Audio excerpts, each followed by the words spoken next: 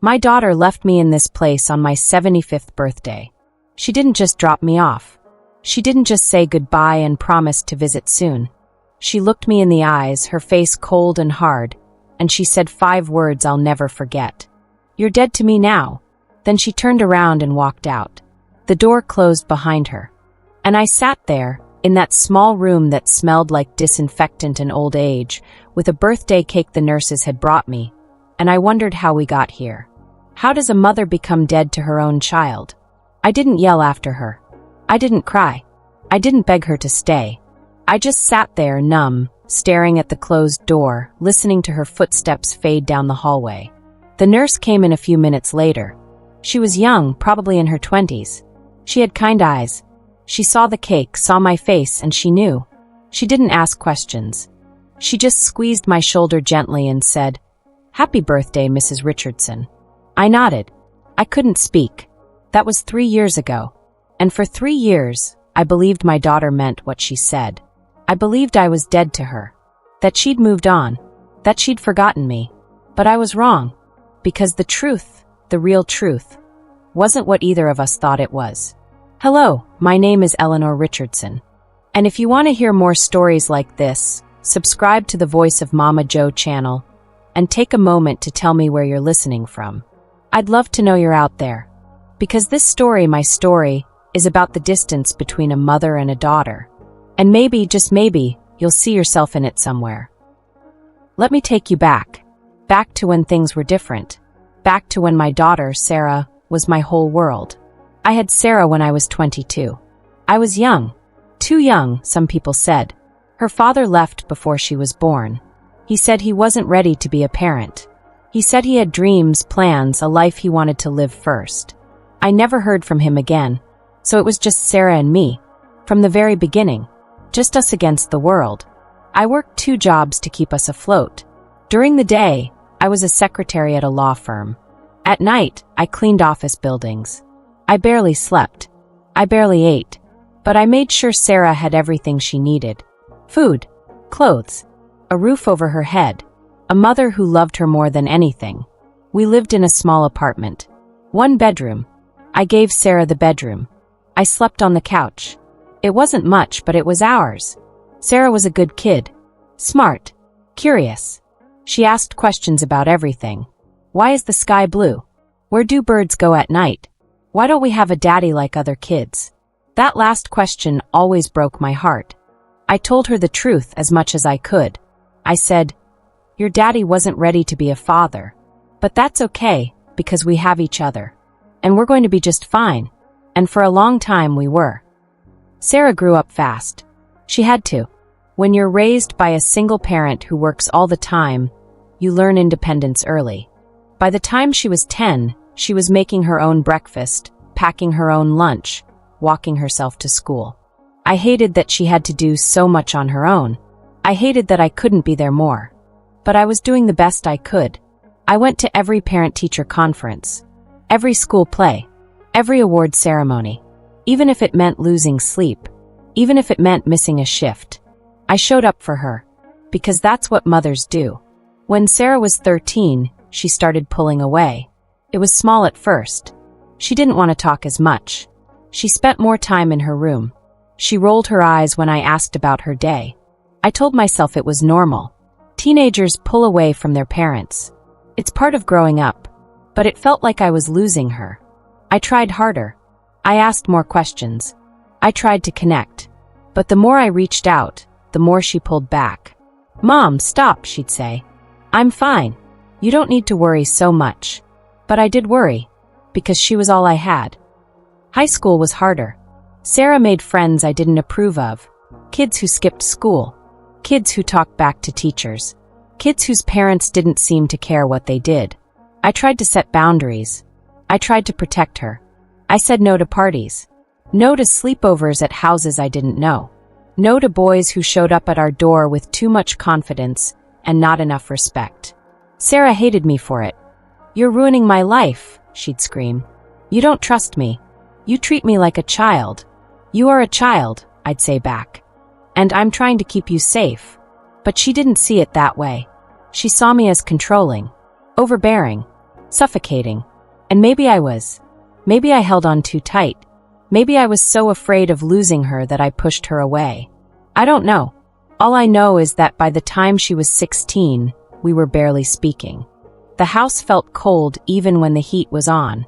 We'd pass each other in the hallway and not say a word. We'd sit at the dinner table in silence. I'd cook her favorite meals and she'd barely touch them. I didn't know how to reach her anymore. I didn't know how to be her mother without feeling like I was failing. Image, a mother and daughter at opposite ends of a dinner table, silence between them. Sarah graduated high school with decent grades. Not great, but good enough. She got into a state university about 2 hours away. I was proud of her. I was also terrified. 2 hours felt like a world away. I helped her pack. I drove her to campus. I helped her move into her dorm room. I made her bed. I stocked her mini fridge. I hugged her goodbye. She barely hugged me back.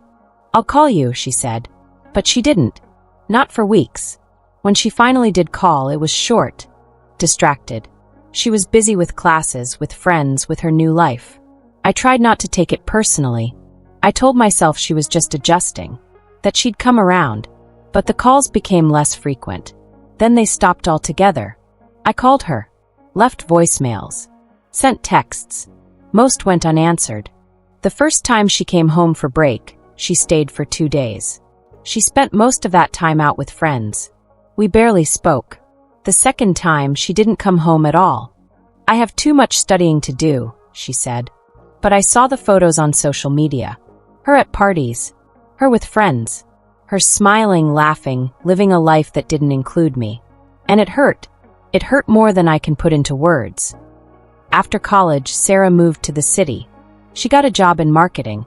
She rented an apartment with a roommate. She started building a life. A life I wasn't part of.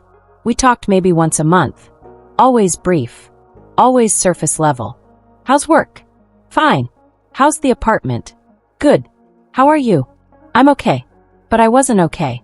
I was lonely. I was heartbroken. I was watching my only child slip further and further away, and I didn't know how to stop it. I thought about reaching out more. I thought about visiting her in the city. But I was afraid. Afraid she'd see it as intrusive. Afraid she'd push me away even more. So I stayed quiet, and the distance grew. When I turned 70, I started having health problems.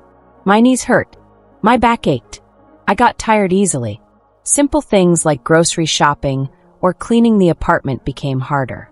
I didn't tell Sarah. I didn't want to burden her. I didn't want her to feel obligated to help me. But one day I fell. I was reaching for something on a high shelf, and I lost my balance. I hit my head on the kitchen counter on the way down. A neighbor found me an hour later. She called an ambulance. I spent 2 days in the hospital. They said I had a mild concussion. They said I was lucky it wasn't worse. The hospital called Sarah. She was listed as my emergency contact. She came to see me, but she didn't stay long. She looked uncomfortable, anxious, like she wanted to be anywhere but there. "You need to be more careful, Mom," she said. "I know," I said. "Maybe you should think about getting some help, or moving somewhere safer." I knew what she meant. She meant a home, a nursing home. I didn't say anything. She left an hour later. She said she'd check in on me, but she didn't. 6 months later, I fell again. This time, I broke my hip. The recovery was long, painful. I couldn't live alone anymore. Not safely. Sarah came to visit me in the hospital. This time, she stayed longer. But not because she wanted to. Because she had to make decisions. "Mom, you can't go back to the apartment," she said. "It's not safe." "I'll be fine," I said. "I just need some time to heal." "No," she said firmly. "You need help. And I can't be that help. I have a job. I have a life. I can't drop everything to take care of you." Her words stung. But I understood. She had her own life. I couldn't expect her to put it on hold for me. "So what do you suggest?" I asked. She pulled out a brochure. "There's a place. A nice place. They have nurses. Physical therapy. Activities. You'd be taken care of." I looked at the brochure. Sunrise Meadows Assisted Living. My heart sank. A nursing home. I said quietly. It's not a nursing home, she said quickly. It's assisted living. It's different, but it wasn't different. Not really. It was a place where old people went when their families didn't want them anymore. Image. A brochure for an assisted living facility, bright and cheerful, lying on a hospital bed. I didn't want to go, but I didn't have a choice. Sarah arranged everything. She sold my apartment. She packed up my things. She drove me to Sunrise Meadows on a cold Tuesday morning in November. The place was nice enough. Clean. Bright. The staff was friendly. My room was small but comfortable. There was a window that looked out onto a courtyard. But it wasn't home. Sarah helped me unpack. She didn't say much. She just moved around the room, putting things away, avoiding eye contact. When everything was done, she stood by the door. I have to go, she said. I have a meeting this afternoon. Okay, I said. She hesitated. For just a moment, I thought she might hug me. I thought she might say something kind. But she didn't. She just said, "Take care of yourself, Mom." And then she left. I sat on the edge of my new bed in my new room, in this new place that wasn't home, and I felt more alone than I ever had in my life. "Sarah, please." "No," she said, her voice rising. Don't try to explain. Don't try to make excuses. You lied to me. My entire life you lied. I was trying to protect you," I said weakly. "Protect me?" she laughed bitterly. "You weren't protecting me. You were punishing him. And you made me collateral damage." "That's not true," I said. "Yes, it is," she said. "He wanted to know me. He wanted to be part of my life. And you took that away from me. You took that choice away." I had no words. Because she was right. Sarah stood there, shaking with anger, with hurt, with betrayal. "I came here to tell you something," she said. Her voice was quieter now. Colder. "What?" I whispered. She looked me in the eyes. And what I saw there broke me completely. "You're dead to me now," she said. The words hit me like a physical blow. "Sarah, please." But she was already turning away. "Don't call me," she said. "Don't write to me. Don't try to contact me. We're done." And then she walked out. The door closed. And I collapsed onto the bed, the letters scattered around me, and I cried harder than I'd ever cried in my life. After Sarah left that night, something inside me broke. I didn't eat for 3 days. I didn't leave my room. I didn't speak to anyone. The nurses were worried. Dorothy tried to check on me. But I couldn't face anyone. All I could think about were those letters. Those damn letters. I'd kept them hidden for so many years, buried in the back of a closet. I'd told myself I was doing the right thing, that I was protecting Sarah from a man who'd walked away from us. But that wasn't the whole truth. The truth was I was angry. I was hurt, and I wanted him to hurt too. When Sarah's father, Michael, left, I was devastated. I loved him. I thought we were building a future together. And then he just left. He didn't want to be a father. He wasn't ready. Those were his words. So I raised Sarah alone. And for years, I told myself he'd abandoned us completely, that he didn't care. But then the letters started coming. The first one arrived when Sarah was 2 years old. It was addressed to me. In it, Michael apologized. He said he'd made a mistake. He said he wanted to be part of Sarah's life. He asked if he could visit, if he could help. I tore the letter up and threw it away. More letters came, every few months, then every few weeks. He kept trying. He kept reaching out, and I kept hiding them. I told myself it was for Sarah's good, that she was better off without him, that he'd only hurt her the way he'd hurt me. But deep down I knew I was lying to myself. I wasn't protecting Sarah. I was punishing Michael. And in doing so, I took away Sarah's chance to know her father. For 3 years after Sarah left me in that nursing home, I carried the weight of what I'd done. I replayed that night over and over in my mind. The look on her face, the coldness in her eyes, the way she said, "You're dead to me now." I deserved it. I knew I did, but knowing that didn't make it hurt any less. Dorothy tried to talk to me. She'd sit with me in the courtyard and tell me that Sarah would come around, that she just needed time. But I knew better. Sarah wasn't coming back, and I didn't blame her. One afternoon, about 3 years after that terrible birthday, a nurse came to my room. "Mrs. Richardson," she said gently. "You have a visitor." My heart stopped. "A visitor?" I repeated. "Yes," she said. "She's waiting in the lobby." I stood up slowly. My hands were shaking. Could it be? Could Sarah have come back? I walked to the lobby, my heart pounding in my chest. And there she was. Sarah. She was standing by the window, her back to me. She looked older, thinner, tired. "Sarah," I said quietly. She turned around, and when I saw her face, I knew something was wrong. Her eyes were red. She'd been crying. "Mom," she said. Her voice cracked. I took a step toward her. "Are you okay?" She shook her head. Tears started falling. "No," she said. "I'm not okay." I didn't know what to do. I wanted to hug her, but I didn't know if she'd let me. "What happened?" I asked. She took a shaky breath. "He's dead, Mom. My father. Michael. He died 2 weeks ago." The words hit me like a truck. "Oh, Sarah," I whispered. "I found out through his lawyer," she continued. "He left me a letter. And some things. And I went to his funeral. I met his family. His wife. His other children. I felt sick." "He had other children?" I asked. "Yes," she said. 2 daughters. They're younger than me. They knew about me. He told them about me. They said he talked about me all the time. They said he never stopped trying to reach me." She wiped her eyes. "And you know what the worst part is?" she said. "They showed me letters. Letters he wrote to me over the years. Letters he sent to your address. Letters you never gave me." "Sarah, No, wait," she said. "There's more. His wife gave me something. A journal. He kept it for 30 years. It was full of entries about me. About how much he missed me. About how he wished he could be part of my life. About how he regretted leaving." She pulled out the journal from her bag and held it up. "He tried, Mom," she said, her voice breaking. "He tried so hard.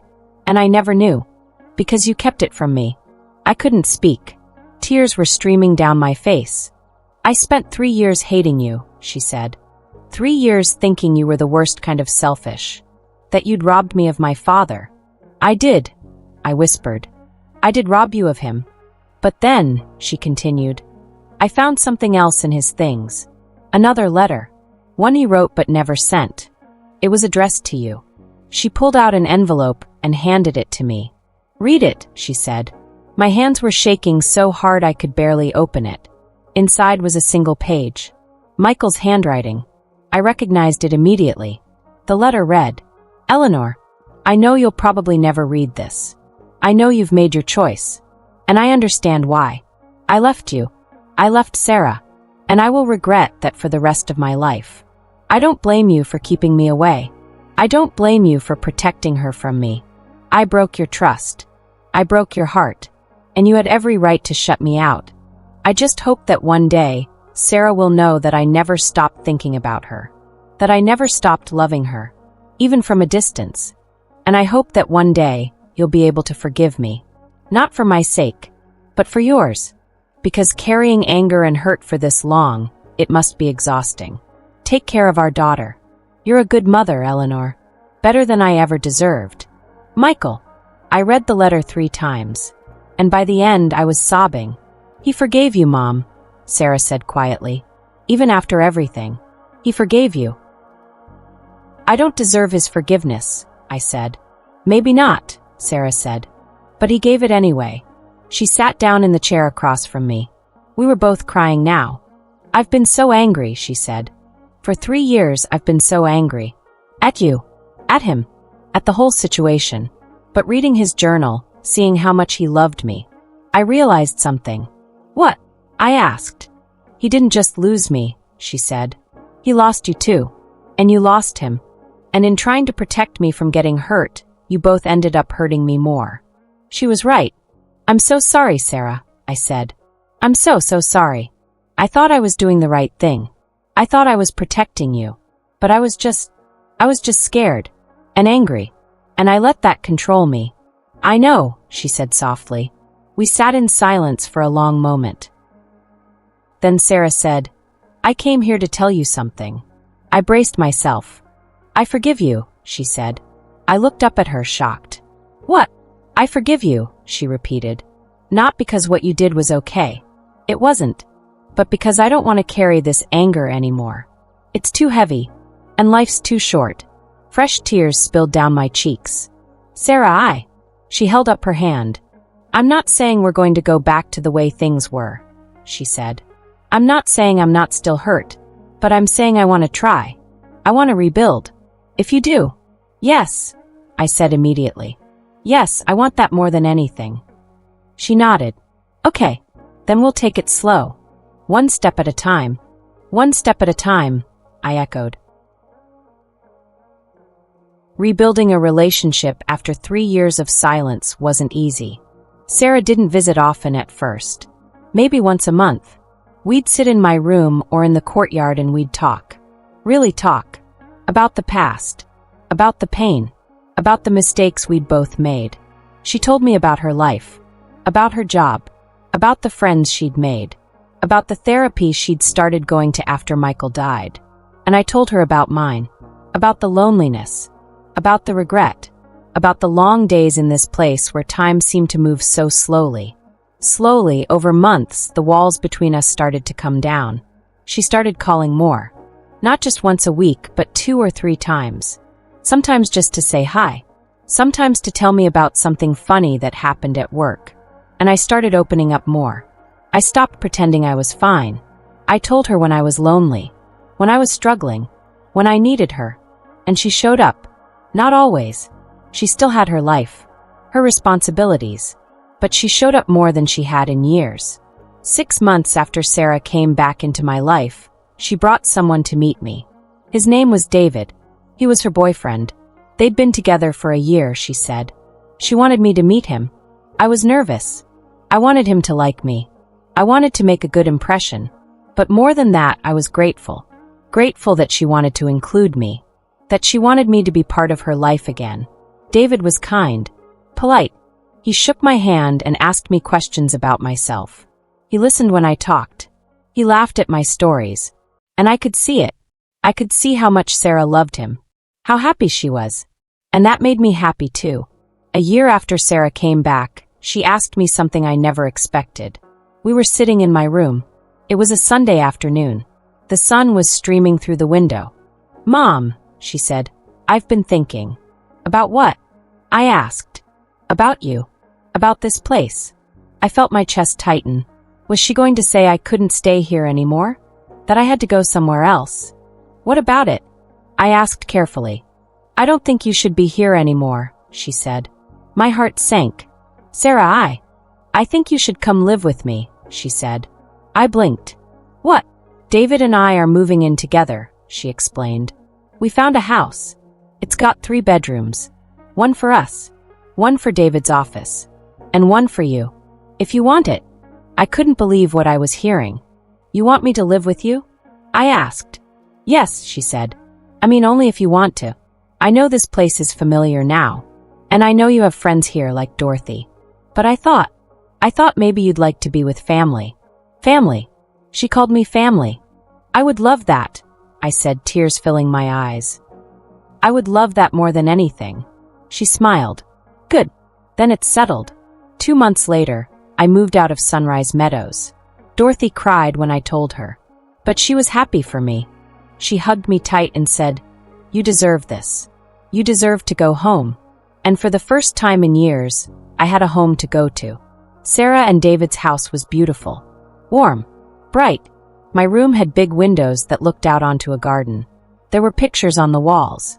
A comfortable bed. A reading chair. It felt like a place where I belonged. Living with Sarah wasn't perfect. We still had our moments. Times when old hurt would resurface. Times when we'd say the wrong thing or misunderstand each other. But we talked about it. We didn't let the silence build up anymore. We didn't let the distance grow. We learned to forgive. Not just once, but over and over again. Because that's what love is. It's choosing to stay. Choosing to work through the hard parts. Choosing to say, I'm still here, even when it's difficult. Sarah started including me in her life in ways she never had before. She'd invite me to dinner with her friends. She'd take me to the movies. She'd ask my opinion on things, what color to paint the living room, what flowers to plant in the garden, whether she should take a new job opportunity. She valued my thoughts, my presence, and I tried not to overstep. I tried not to be the overbearing mother I'd been when she was younger. I gave her space. I respected her boundaries. I let her come to me instead of always pushing my way into her world. It was a balance, a delicate one, but we were learning. One evening, about 6 months after I moved in, Sarah came to my room. She knocked softly on the door. "Come in," I said. She sat on the edge of my bed. She looked nervous. "What's wrong?" I asked. "Nothing's wrong," she said. I wanted to talk to you about something." "Okay," I said, setting down my book. She took a breath. "David and I are getting married." My heart swelled. "Oh, Sarah," I said. "That's wonderful." "Yeah," she said, smiling. "We've been talking about it for a while. And we decided. We want to do it next spring." "I'm so happy for you," I said. She nodded. Then she looked down at her hands. "There's something else," she said. "What is it?" "I want you to be part of the wedding," she said. "I want you there. Front row. And I was thinking, maybe you could do a reading during the ceremony, if you want to." Tears filled my eyes. "You want me to do a reading?" I asked. "Yes," she said. "You're my mom, and I want you to be part of it, part of this important day." I couldn't speak. I just nodded and pulled her into a hug. We sat there for a long time, holding each other, crying happy tears. The wedding was beautiful. It was a small ceremony in a garden. The weather was perfect. The flowers were in bloom. Everything felt like a fairy tale. I sat in the front row, right beside David's parents. I wore a dress Sarah had helped me pick out. She'd taken me shopping for it, and we'd spent the whole afternoon trying on dresses and laughing and eating lunch together. It was one of the best days of my life. When it was time for the readings, I walked up to the front. My hands were shaking. I was nervous. But when I looked at Sarah, standing there in her wedding dress, looking so happy and so beautiful, the nerves melted away. I read a passage about love, about forgiveness, about how love isn't always easy, but it's always worth it. And when I finished, Sarah mouthed the words, "Thank you, Mom." I sat back down, my heart full. After the wedding, Sarah and David went on their honeymoon. They were gone for 2 weeks. And during those 2 weeks, I realized something. I was okay on my own. For so many years, I'd been terrified of being alone, of being forgotten, of not being needed. But I wasn't alone. Not really. I had Dorothy, who called me every few days just to chat. I had the neighbors, who'd stop by to say hello. I had Sarah, who called me from her honeymoon just to check in. I had people who cared about me.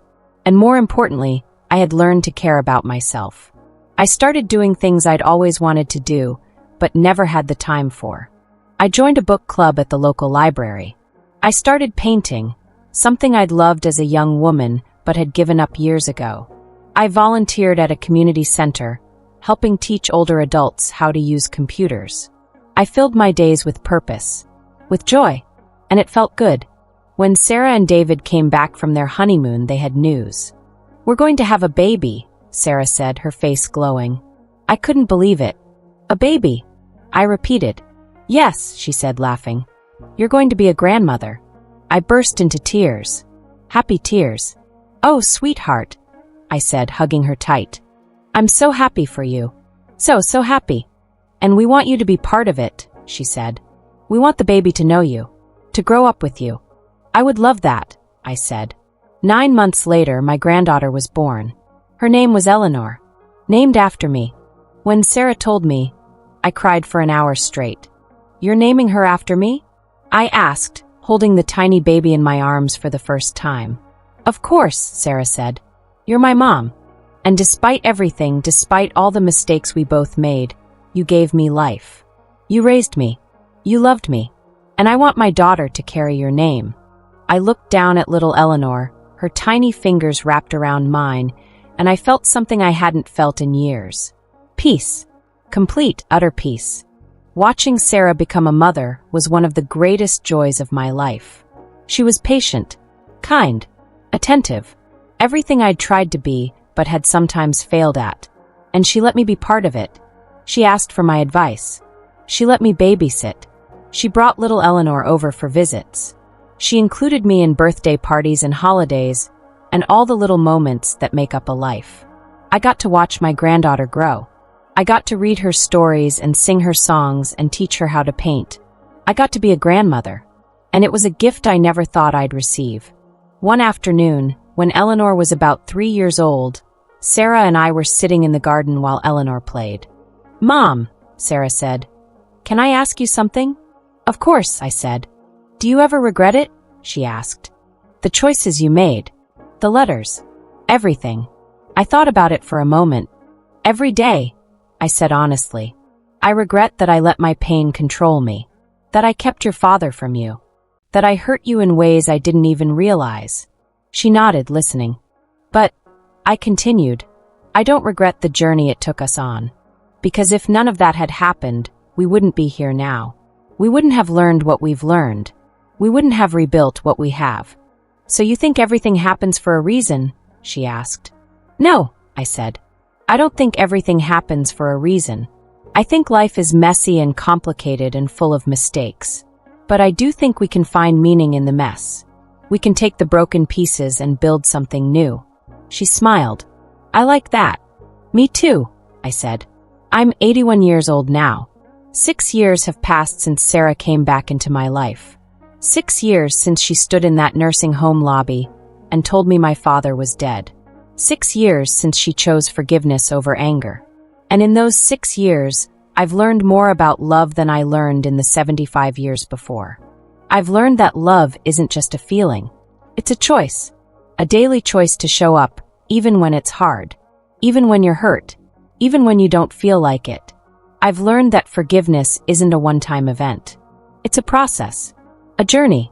And sometimes you have to forgive the same person for the same thing over and over again. I've learned that family isn't always easy. It's messy and complicated and sometimes painful. But it's also beautiful and worth fighting for. And I've learned that it's never too late. Never too late to apologize. Never too late to change. Never too late to rebuild what's been broken.